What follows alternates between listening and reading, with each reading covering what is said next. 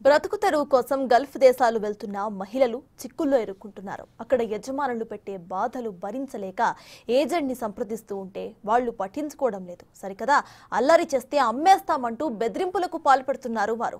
కుటుంబం కోసం అన్నీ వదిలేసి విదేశాలకు వెళ్తే పట్టించుకునే నాథుడే లేదని ఆడవాళ్ల పరిస్థితి ఇప్పుడు దుర్భరంగా మారిపోయింది. ఎవరికి తమ బాధను చెప్పుకోవాలో తెలియక బిక్కుబిక్కుమంటున్నారు వారు. ఇప్పటికే కువైట్ చెర నుంచి చాలా మంది తెలుగు మహిళలను మంత్రి లోకేష్ రక్షించారు.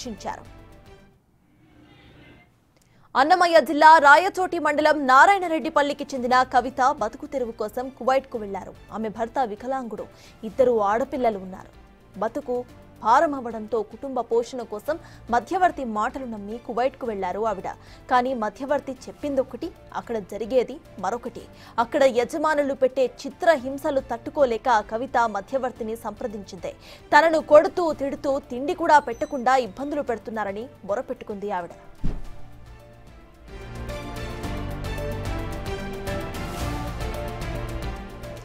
కానీ బాధిత మహిళా బాధను ఆ ఏజెంట్ పట్టించుకోలేదు. సరికదా నోరు మూసుకొని ఉండకపోతే ఇక్కడే అమ్మేస్తానని బెదిరించాడు. డబ్బులు కట్టాలని డిమాండ్ చేస్తున్నారని కవిత కన్నీటి పర్యంతమైంది. లేకపోతే పారిపోవాలని, తనకేం సంబంధం లేదంటూ తన నెంబర్ను బ్లాక్ లిస్ట్ లో పెట్టేశాడని వాపోయింది ఆ మహిళ.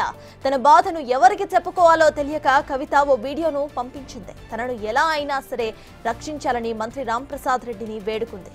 ఇక మరోవైపు తమ బిడ్డను ఎలాగైనా తమ ఇంటికి చేర్చండంటూ వేడుకుంటున్నారు కవిత కుటుంబ సభ్యులు.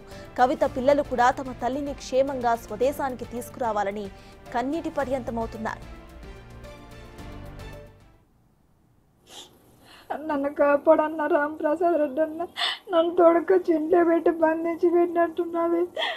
నేను ఎంత కష్టపడినా కానీ నన్ను కొట్టినొస్తా అంటూ, ఇప్పుడు ఏమంటా అంటూ, డబ్బులు కట్టమంటా అంటూ, లేదు పంపేమో నిన్ను అమ్మేస్తాము అంటూ అంటున్నా.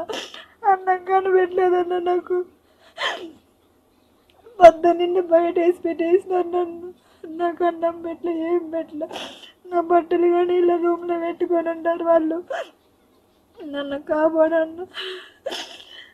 వాళ్ళు ఏమంటానండి, ఈసా తీసినాడు, నువ్వు పారిపో, నువ్వు ఇక్కడ నుండి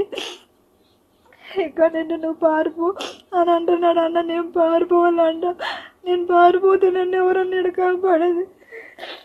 నాకన్నా బిడ్డలు ఉన్నారు, 3 ఆడబిడ్డలు. నాకు నా మొగుడు అని కావు, బతికిరువు కోసం ఇక్కడికి వస్తే నాకు టార్చర్ చూపిస్తాండ్రన్న.